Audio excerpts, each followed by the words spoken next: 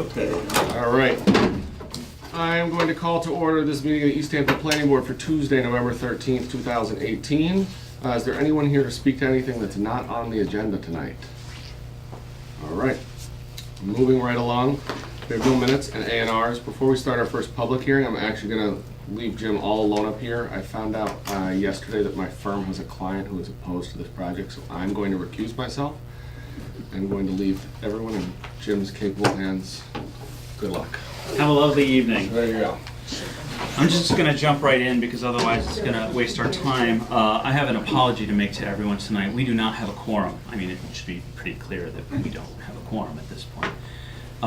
What's going to happen, because Jesse has recused himself, is that I'm going to administratively push this to our next available meeting, which is December 4th. I'm sure that everyone here wanted a chance to speak. The applicant needed to present. All that's going to happen. We're just pushing it off until we have enough members.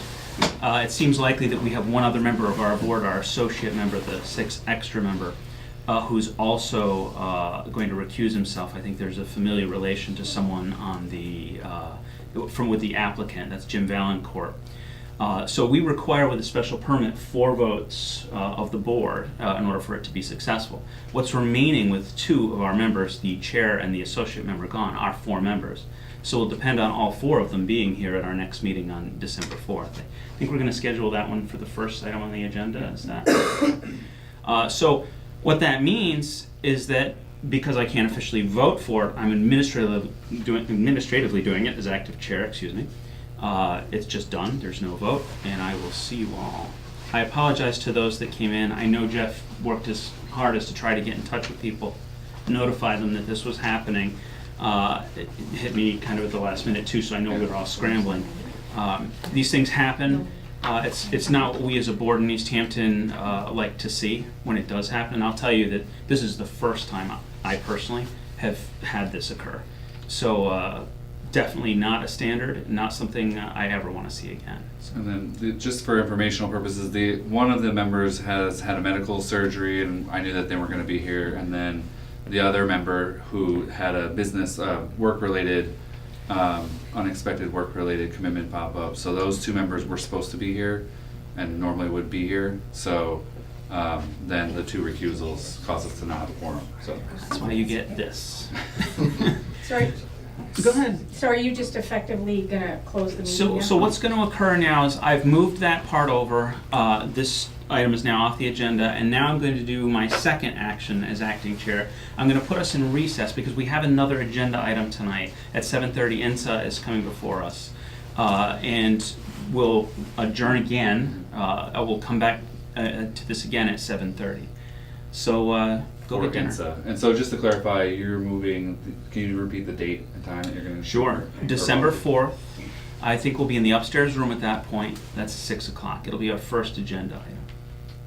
So then, if I understand that correctly, you're not really going to be hearing the INSA thing either at 7:30? You're just going to show up to tell folks? Well, I think both Jim and Jesse will be available. No, I think Oh. Chet was supposed to be here as well. So Chet's coming at 7:30. So at that point, we'll have Okay. 4 members, and we'll have enough board to proceed. It's a good question. I'll take any other questions at this point. Nothing? Is the issue of INSA to approve the final approval state, or is the CCC something we'll do a walkthrough? Our part of it, and it's dealing with our part of it. Okay. So, we're going to be handling their special permit application. Okay. Any other questions? See you at 7:30. Thank you very much. Do you want me to turn this off? Yes, please. Thank you. It was pointing the eye out. Oh, okay, I'm sorry. All right, I will reopen the planning board meeting for Tuesday, November 13th, 2018. Next item on the agenda is public hearing for INSA Inc., seeking a modification of a 2018 special permit to allow the approved 89,000 square feet medical marijuana cultivation and processing facility to operate as an adult-use cannabis cultivator and product manufacturer. Property located at 122 Pleasant Street. Someone here to speak to this matter? I am, yeah. Do you want me to come up here, Jesse? I Yeah, why don't you come up here? That's probably better. It's been a while since we operated down here. I know. Steve Riley for INSA. It's good to see everybody again. And I have with me Ian Kelly, our operations manager, Ryan Hammond, our head of security, and Mark Satarka, our CEO. So we're back in front of you guys again. The last time we were here, actually, I think it was 2 times ago, we were here regarding expanding our cultivation capacity for medical use. We're here in front of you now seeking approval to cultivate for adult use cannabis. As I mentioned before, we're currently approved for medical cultivation. That's in an 89,000 square foot space at 122 Pleasant Street. The change that we're looking to seek is really going to be no different than current operations. We're not expecting there will be any type of new process for cultivation of adult use cannabis. There's not going to be any distinction between those 2 products. We expect probably fewer deliveries with adult use cannabis on site because we're going to be able to sell our own product. If we couldn't cultivate for adult use, we'd probably have to significantly increase the wholesale that we would have, which would increase traffic to the facility. So in fact, this probably would reduce it. There won't be any changes to our security. That's all going to remain the same. No changes to the footprint. We're going to occupy the exact same space. No difference in the plans. No difference in odor mitigation and all those kind of things. So beyond that, if you have any questions, I'd like to hopefully be able to answer any that you might have. Sure. First, I got Jump right in. There we go. Thank you. So the bottom rear of the building, in the original design specs, and of course I'm not a medical carrier, so I haven't been in there. Yep. Since it's been in operation. I haven't had a chance to view it since then. But originally, when we had a site walkthrough before it was fully walled up, there was discussion of sort of dividing that room and separating the medical from the recreational. I really want to get a sense of how that flow of sales separation might occur, or if there is even going to be some. Yeah, there is, and essentially what we've done, I don't have the layout of the dispensary in front of me here, but we've got a lengthy counter where right now we have patients that start at the beginning and kind of work their way through from accessories to concentrates, edibles, and then flower. What we would do is condense the first case essentially and make that a medical sales only case with a point of sale system at that location. And then we would essentially route anything for adult use through the remaining part of the case, which is significantly probably about 75% or 80% of the space we have. Is this modification though just addressing the cultivation and manufacture? Just cultivation and manufacture. We've obtained the approval. You already have for the adult approval use for the sales. dispensary space, That's a right? good So point. that doesn't, Yep. that part isn't changing, it's just sort of back of house stuff. Correct, so this Okay. would just allow us to grow a product that could be sold as adult use in addition to the medical use. Would that cause any kind of backup that you're having both coming in the same way? I don't think so. It only applies again to cultivating, not the dispensary side. But I'm anticipating it would actually reduce the traffic to the site because we wouldn't have to wholesale any product. We would have an ability to sell what we grow in the facility as opposed to needing to call a cultivator that can sell adult use cannabis.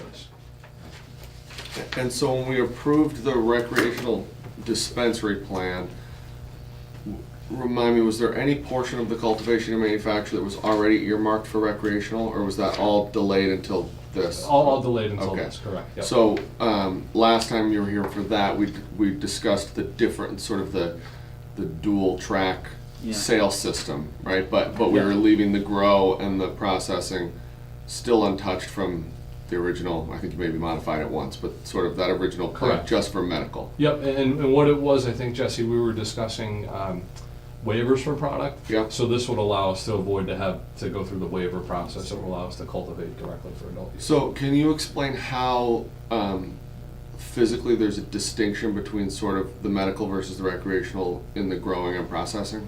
Yeah, do you want to answer that? Yeah. David? So the state has a system called Metric. It's universal across most mature markets at this point, and it is a state compliance system for ERP platform, or what they do to track resource, in this case inventory. That's identified through an RFID tag. Those RFID tags are purchased from the state and then associated with adult use at this time. And then by April 1st of next year, all inventory, both medical and adult use, will ride through that Metric tracking system. So if you're an inventory's coming in, the first thing that we'll be doing is transferring inventory to adult use. Those tags will then identify anything that we deem is going to be an adult use product from there on out. And then at that point, that tag or batch number would carry itself through life till final sale. So you'd be able to see this through the tags physically on the packages.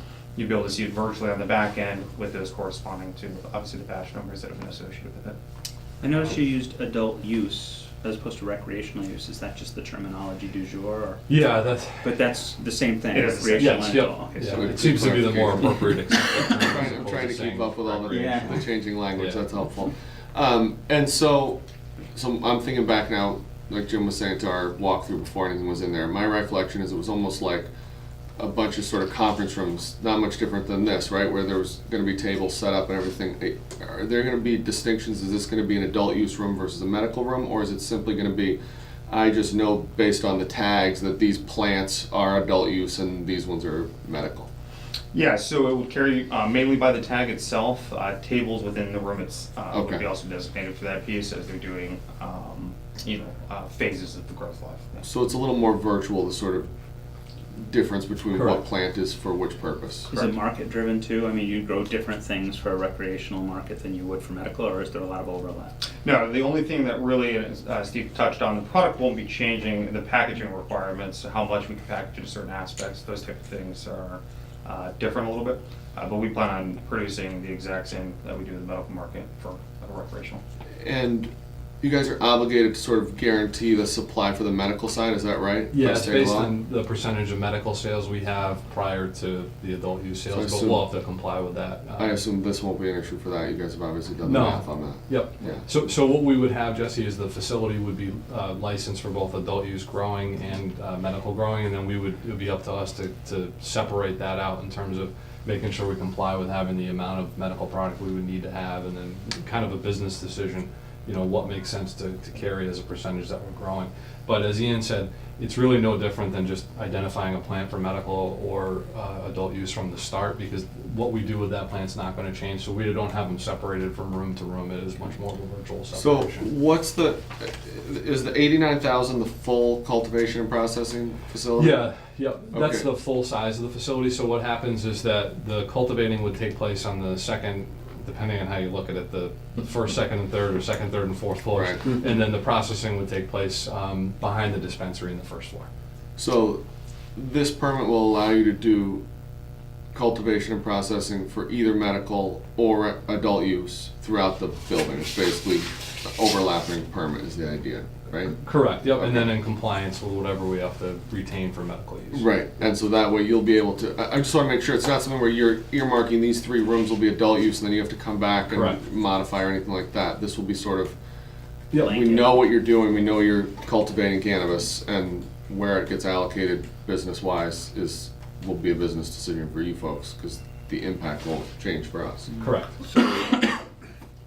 The amount of medical versus, you'll know just how much you'll have to have on hand by the number of people coming through, or do you have an idea from previous? It's based on a percentage of our sales, of our medical sales, prior to the adult use starting. So what we'll do is we'll give those numbers, I believe that we're gonna give those numbers to the state, and then they're gonna give us a percentage, or we're going to kind of give them the formula and say, here's what we're calculating as our percentage, do you agree with that number? We haven't crossed that road yet with the CCC, but that'll be something that we work with. So you're not sure of the amounts yet, but I think it's 30% that we need to hold, but it's based on another number in the equation that I don't know the answer to at this point. so it could go higher or lower depending. Yeah, I guess it would depend on how much medical demand we have.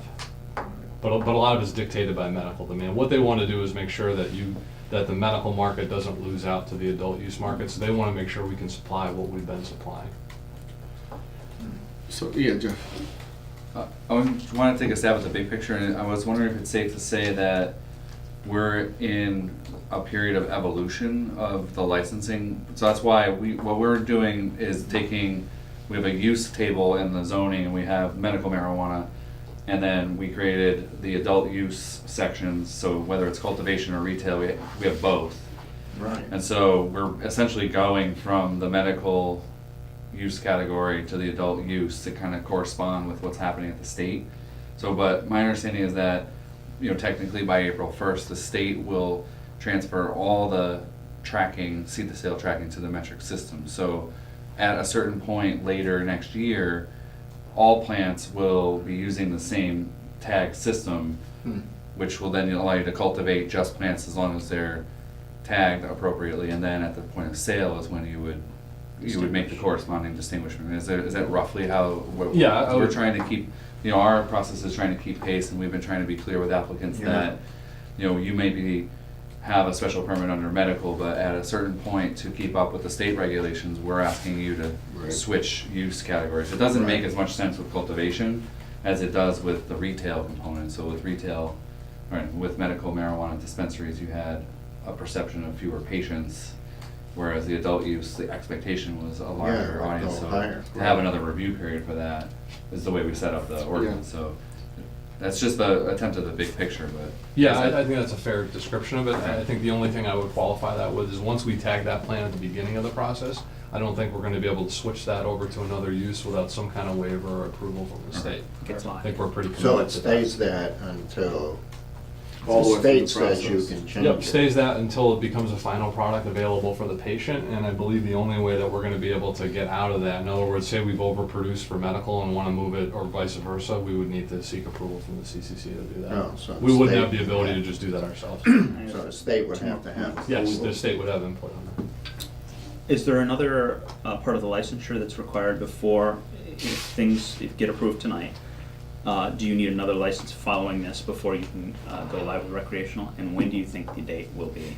We would not, well, we don't need this to go live with recreational, because we have approval for recreational retail sales. This is to use your current. This would just be to, Okay. not even the current, because we can transfer the current, it's more about the product that we're going to grow in the future. Okay. So that's more the use that's here. In terms of when we would open, I wish I could give you an answer on that. We asked you that last time, I remember, and it was And I right probably- around And we now. got the same answer. It was right around I now. probably told you a date about a month ago. Yeah. A month earlier. So right now, we had hoped to be on the CCC agenda for November 1st. We were not. We hoped to be on the 15th. We were not. We hope to be on the 20th, which I do think we will be. They've been to the facility. They've reviewed it. They've submitted the recommendation to the commission that they approve us. They went through, there were a couple minor issues that we addressed with them. So at this point, everything is set with the state, we just need the sign off from them, and then a sales ready certificate. Now, in terms of how long that could take, if we're on the agenda the 20th and they approve us, I would say the soonest that they'd get a team back out to be able to give us a sales ready would be maybe a week. So that would be the soonest, but I'd be surprised if it was that quick. So we'd be talking about probably like the first week of December at the earliest.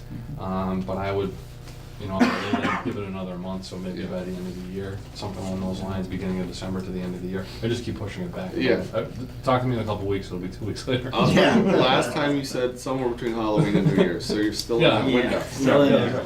Just make the window bigger. Yeah, somewhere between Thanksgiving and 4th of July. Ready for the Christmas rush. Your application with the state included all the proposed elements that have been before this board, though, is that correct? Yes, So you yep, had the correct. retail, the cultivation, and the processing were all part of your Yes. application. So if you get final licensure on the 20th, it includes the retail, cultivation, and processing, right? It That would was the just thing. be, I think, the retail on the 20th. They've Okay. got to come back out on the Gotcha, processing okay. end. Oh. Because this will be a piece of it here that's Okay. on the, I'm sorry, on the cultivating end. So, but we're not, in the meantime, we're able to transfer product through waivers. Okay. You mentioned at the beginning that there might be actually a reduction in sort of deliveries being able to do that. Are there any other changes sort of in what would happen today if it was 100% medical versus what'll happen when you divide it up that are, traffic, water, any of the processing? Is it all basically the same? It's the same. The only thing would potentially be deliveries, and as I mentioned, I think for the adult use, certainly in the immediate term when there's high demand for adult use, if we weren't able to produce cannabis on site that we could sell for that, we would have to wholesale it, which would mean probably wholesaling from a lot of dispensaries to be able to get that product, and will probably mean a significant volume of traffic in the short term. So from the outside world perspective, whether this is 100% medical or split somehow adult use and medical, there won't be any other difference other than that sort of legal Correct. identification? Yes. Okay. You guys have any other questions? No. Anybody from the public, comments, questions? Recommend we go through our list. All right. Well, we addressed all these in the first one, and nothing's changed, so. We need to go through each one again. Jeff, you're in charge. Yes. It's going to seem laborious, but Alright. I'd recommend it. Alright. So we'll go through 12.7.9. Conformance with the provisions of the ordinances of the city of Easthampton, general laws of Massachusetts, and all applicable rules and regulations of state and federal agencies. Protection of city amenities and abutting properties through the minimizing of any detrimental or offensive uses or destruction of unique or important natural, scenic, or historic features on the site. Check. Just that. Minimization of traffic and safety impacts of the proposed development on adjacent highways or roads and maximizes the convenience and safety of the vehicular and pedestrian movement within the site. Just that. Adequacy of the methods of disposal of sewage and refuse and the drainage of surface and subsurface water. No changes to that. Adequate means of protecting wetlands, watersheds, aquifers, and well areas. No changes to that. Mitigation of adverse impacts on the city's resources, including the effect on the city's water supply and distribution systems, sewage collection and treatment systems, fire protection and streets.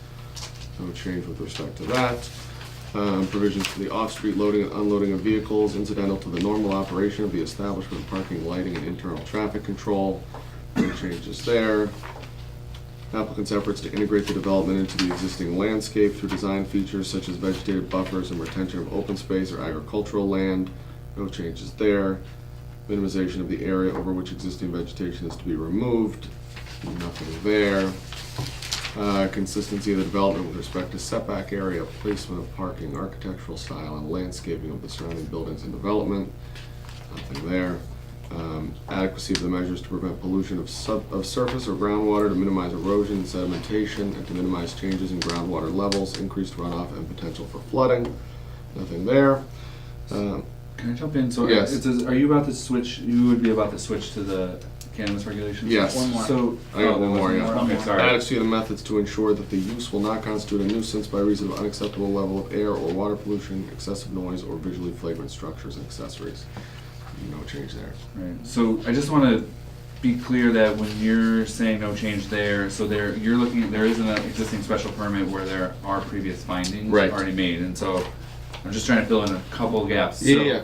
So things like, the applicant will employ an air filtration system and scrubbers to eliminate odor, created by the cultivation process is one of the things that will make it so it doesn't constitute a nuisance. I'm just trying to work Right. backwards through you real Fine. quick, just because there is a lot of narrative there's a lot of responses in the Yes. special permit, so for anyone who's listening to this, that the items have been addressed, and so I'm just trying to fill in a quick gap here, which is. Well, and that's why I wanted to clarify that from the outside, nothing was changing, so we can adopt all the existing.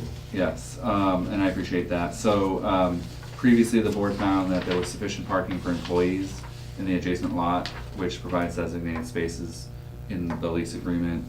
In terms of adverse impacts, the fire department has already, but will continue to inspect the cultivation facility during construction, prior to occupancy, and the police department will coordinate regarding security measures and inspections. So these are all things that the chair was saying have already been addressed.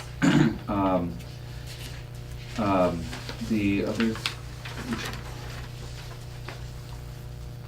there was one other one that I'm trying to find, which is the delivery was identified as being from the back of the property. Yes, correct? same Okay. case, yeah. Right, and that's what the discussion was, that there will not be an increase in that activity. And then the final thing is that the board had made a finding that, based on everything said, plus compliance with in this case, it would be the Cannabis Control Commission regulations, Right. you know, and a final licensure is said to be having met all those requirements. So I just wanted to fill in those Yep, gaps, because it's thank gonna you, be Jeff. repeated. Okay. All right, should I go through 1010 now? Well, do the considerations, I have the whole thing here. If you want.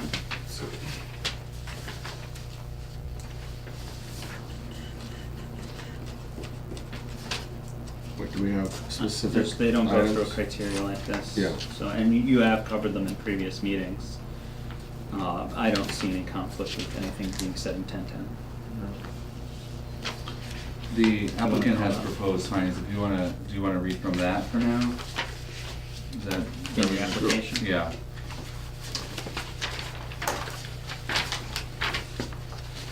not page numbers, it's section C. Compatibility with local I have a zoning. breakdown of the Maybe that. sections, I mean, I can walk through all of those. There's a lot here, though. I'll just go through these. So, no cannabis establishment shall be located within 350 feet of a pre-existing public or private school, providing education in kindergarten or any grades 1 through 12 in operation at the time of the application. That doesn't apply. Correct. 10.4.2, there's no issue with the zone that it's located in. 10.4.3, not located within a building containing residential units except in the middle industrial and downtown business. 10.4.4, no issue with the cap on the number of cannabis retailers. 10.4.5, not within 200 feet of another cannabis retailer except within the middle industrial. It's not applicable. Not It's applicable. cultivation for Right. this, yeah, okay. 10.5.1, no marijuana shall be smoked, eaten, or otherwise consumed or ingested on the premises. We've addressed that in prior decisions. No cannabis establishment shall allow the escape of noxious odors or gases. That's one of the conditions of the previous permit. All signage will comply with the requirements of CMR and section 10.0 of this zoning ordinance. Section on cannabis retail hours, which isn't impacted. Visual impact, cannabis plants, products, and paraphernalia should not be visible from the outside of the building. That plan hasn't changed. Cannabis establishment operations shall not create nuisance conditions in parking areas, sidewalks, streets, and areas surrounding the premises. There's nothing in the application that suggests that, but that's obviously an ongoing obligation under the bylaws. The security plan is not impacted by this modification. That's it. That's the last one? Okay. It's pure accuracy. All right. Anything else? No, I would just propose to consider carrying over the two conditions that were previously Right, so the- attached to the other permit. Yeah, so the conditions for the last one were that the use shall not allow the escape of noxious odors or gases, shall incorporate proper odor control technology and provisions to ensure emissions do not violate MGL Chapter 111, Section 31C. Continuous violations of this condition may also result in enforcement under Section 12.5 of the zoning ordinance. And then the second condition is any increase in the square footage of the operation shall require a new site plan approval. And that would read special permit in the. Right, special permit there, yeah. Because we have switched from special permit from site Site plan. plan. Set to special, I see it Yep. here, yeah. I motion to approve the site plan, excuse me, you just threw me off. The special permit for 122 Pleasant Street, parcel ID 136-106, with the two aforementioned conditions. Second? All in favor? Aye. Opposed, abstaining, all right. Good luck again. Thank you, guys. Have a good Thanksgiving, too. Thank you very much. Thanks, you too. Can I get a motion to adjourn? I so I moved. second. All in favor? Aye. All right, thank you all. Thank you, Jesse, good job as always. Thank you. Sorry about All making right. you read those. Who's got the remote? I'm not, I have the remote, Just gotta but point it at you, Jim's that's all. gonna point it at it and shut it off.